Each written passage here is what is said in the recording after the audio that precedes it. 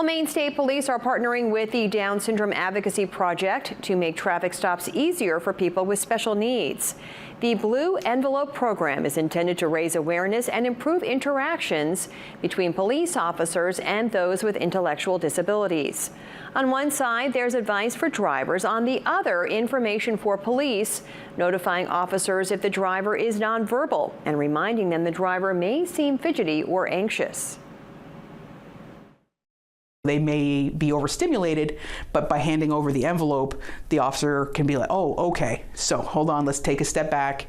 And, what is the radio bothering you? Are the lights bothering you? They're able to just communicate a little bit better. Now, these blue envelopes are already available at some local departments and at Maine State Police barracks across the state. The goal is to make envelopes accessible statewide.